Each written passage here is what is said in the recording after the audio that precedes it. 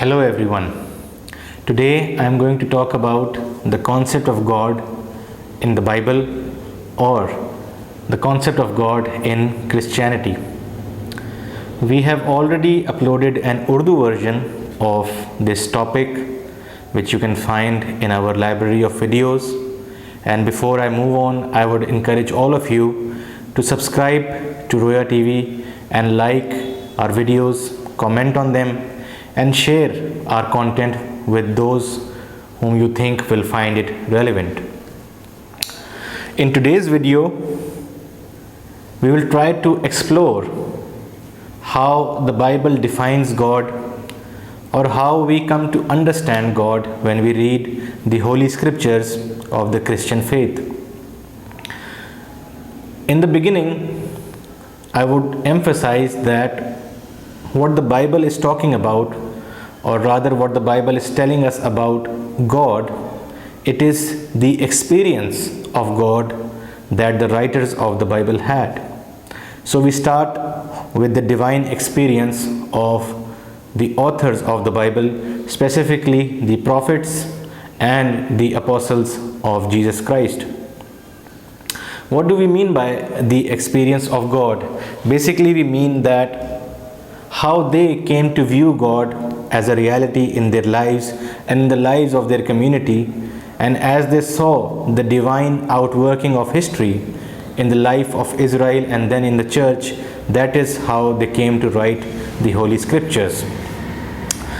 John Hick, who was a philosopher of religion in the 20th century and also a renowned Christian theologian, he said about the experience of God in the Bible that God was known to them as a dynamic will interacting with their own wills, a sheer given reality as inescapably to be reckoned with as destructive storm or life-giving sunshine. God was not to them an inferred reality but something they experienced in their lives. John Hick also says that when a giant or a dinosaur, like we see in the movies, when it enters a building, you can hear the sound of its footsteps or you can see the building shaking. And from that, you can realize the presence of that giant or the presence of that dinosaur. Just like that, John Hick says, the Bible or the pages of the Bible echo the voice of God. God is always present in the Bible. The Bible does not debate the existence of God.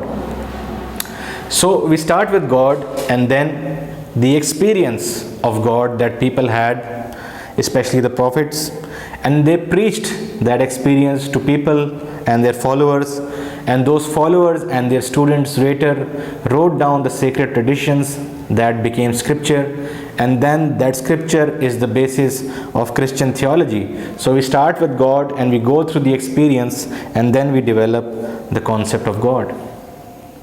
So we start reading the Bible, understanding the fact that it is describing the experience of the authors. Secondly, we have to realize that the way the Bible explains God or any religious scripture explains God, it is always done in a human analogy. The Bible says in Genesis chapter 1 verse 26 that God has made humans, man and woman, in His image. Because we are created in the image of God, then we perceive of God also in our own terms. That is why we ascribe human-like traits and human-like characteristics to God, such as personhood. Since we have personalities, we also say God is a person, and then we also say that God is God sees everything, God hears everything. Just like we have eyes and ears, we also imagine that God is likewise filled with such characteristics and features. In fact, the psalmist says in Psalm 94 verse 9, He who created the ear, does He not hear? And He who created the eye, does He not see?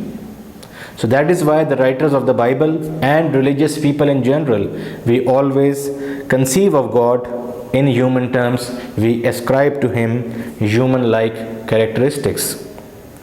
So the experience of God, and then we have the characteristics of God just like we have human characteristics, and that is how we begin to understand the concept of God in the Bible. And sometimes that nature of God is described as the reverse of human nature.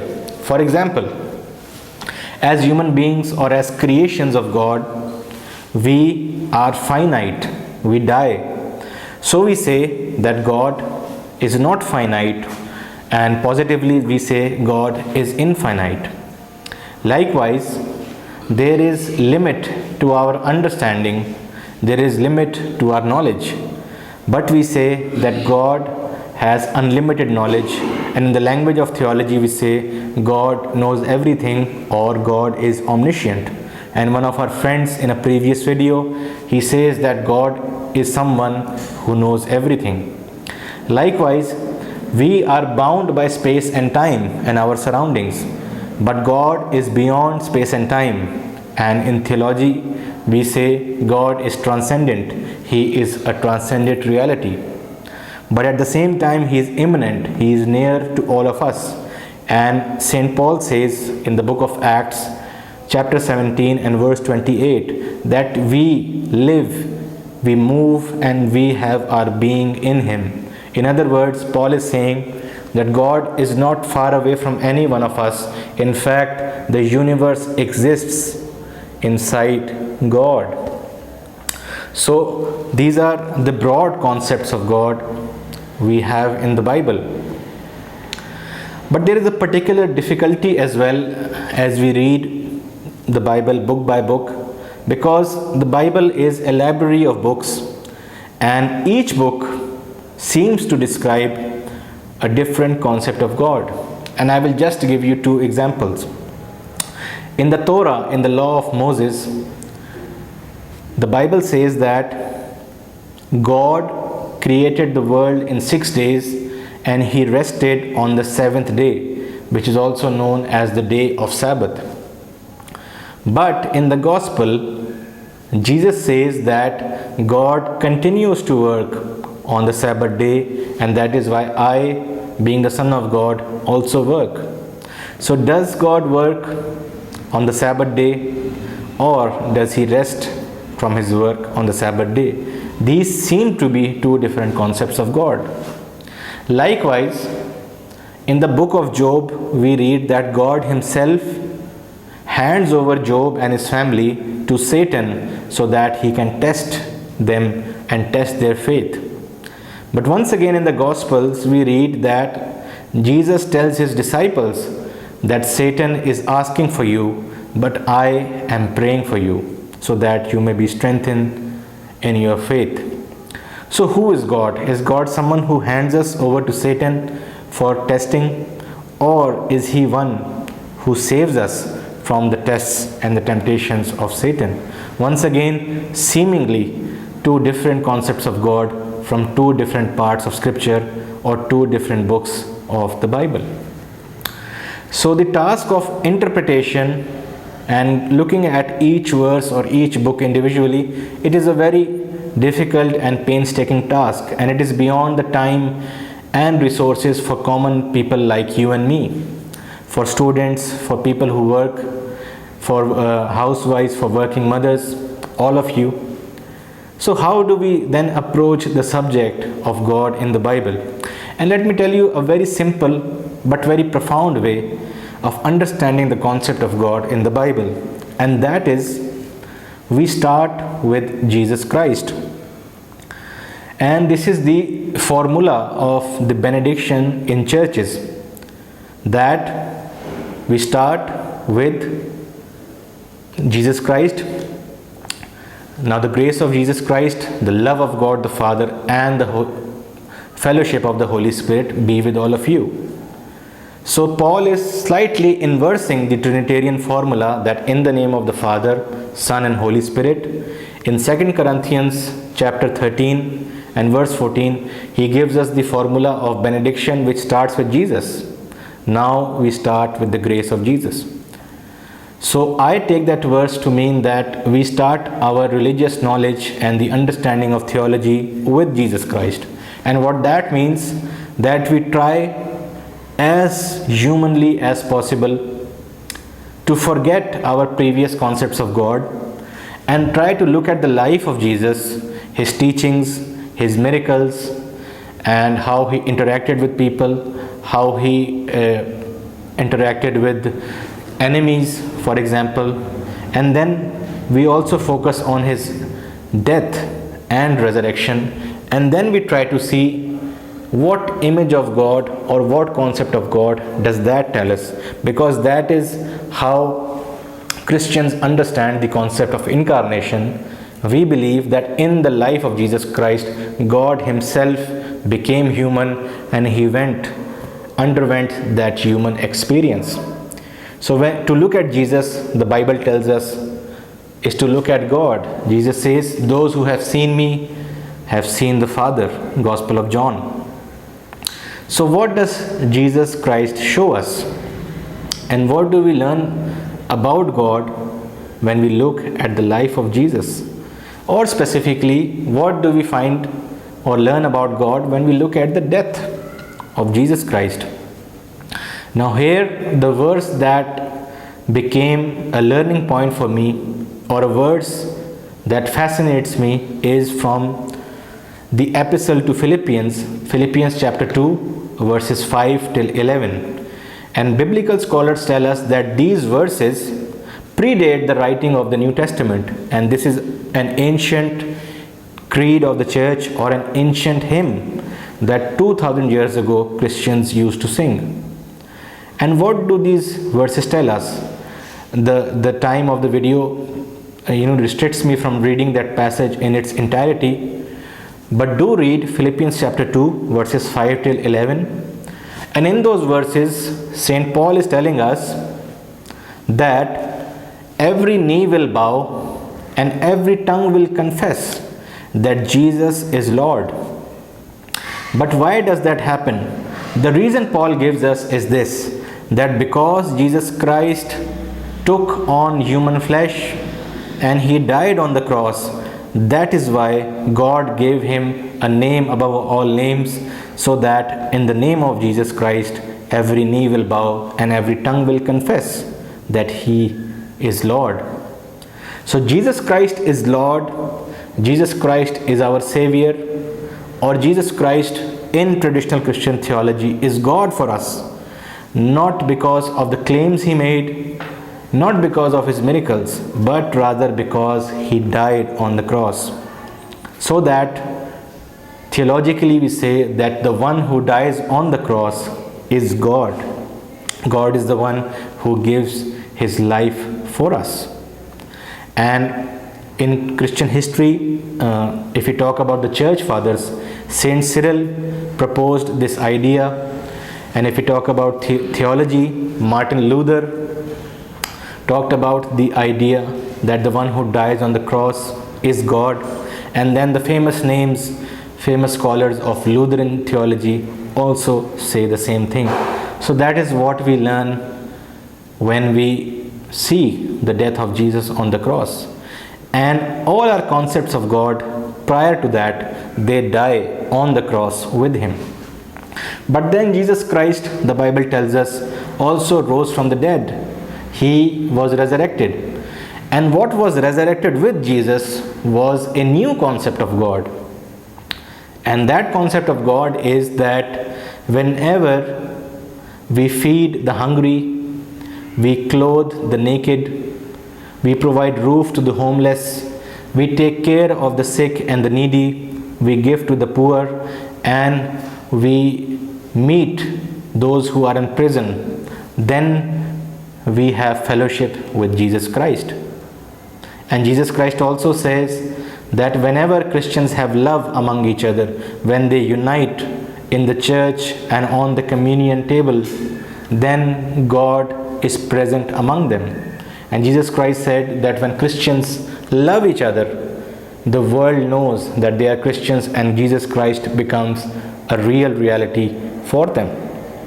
So that is the new concept of God that Jesus Christ introduces us, that God is with us when we love, when we care for the world, when we care for others, even our enemies. God becomes a reality in this world. And that is the reality that can convince the hardest of non-believers to accept the life and teachings of Jesus Christ.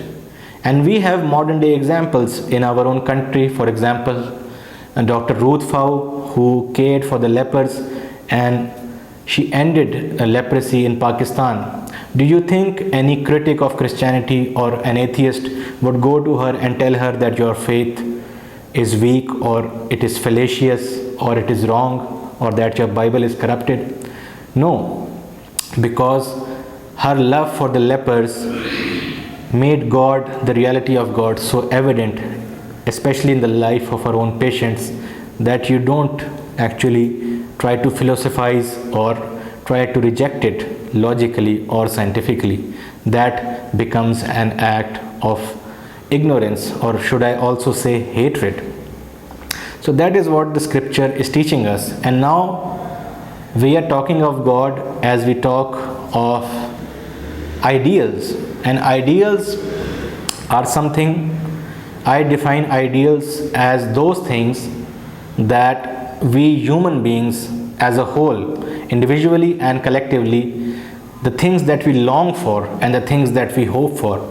And even in this 21st century, where the world has progressed so much, people as a whole and individually, we aspire for or we hope for love, and we aspire and hope for peace. We also hope for justice in this world, and we also hope for righteousness. And the Bible describes God as hope, as life, as love, as justice and righteousness. The New Testament says that God is love, that God is life, and God is justice and righteousness. So ultimately, we start from the experience of God and we go through the life of Jesus, and now in this world we can understand the idea of God from the Bible symbolically, that God becomes a symbol of ideals. God is everything for us that we aspire, and that includes hope, love, peace, as I said, justice, righteousness, stability, security, you name it. Whatever you hope for, that is God for you. And as Christians, then we are challenged to work for these things, to spread the love of God in the world and to work for justice. And when we do that, as the Bible teaches us, God becomes a reality for us and for the world as well. So this is a brief introduction of the concept of God in the Bible or Christianity. You may notice that I have not talked in detail about the attributes of God or the nature of God or major points of theology, but we will leave that for further videos. I'm also sure that you will have a lot of questions, criticisms, something you would like to clarify.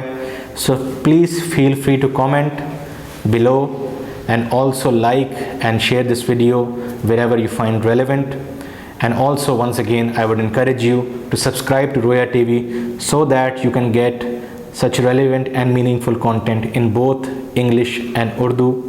And we also request that you take this conversation further. Once you see this video, you also share it with others and also give us your opinion. So God bless you, and we will see you in the next video.